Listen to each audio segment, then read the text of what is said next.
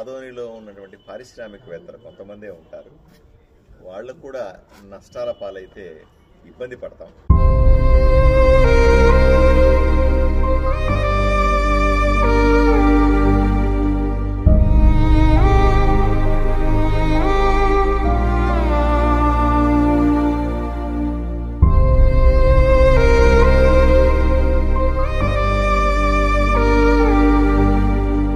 అగ్ని ప్రమాదం ఈరోజు ఎన్డీబీఎల్ ఫ్యాక్టరీలో పత్తి అంటుకోవడం వల్ల వచ్చిన సమస్య ఇది.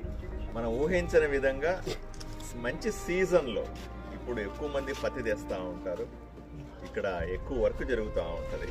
ఈ సందర్భంలో అనుకోకుండా జరిగినటువంటి షార్ట్ సర్క్యూట్ వల్ల అని తెలుస్తుంది. ఇంత జాగ్రత్తగా ఉన్నప్పటికీ కూడా పత్తి అయి ఉండడం, పత్తికి సంబంధించినటువంటి నిల్వ ఎక్కువగా ఉండడం, అలాగే కరెంటు తప్పని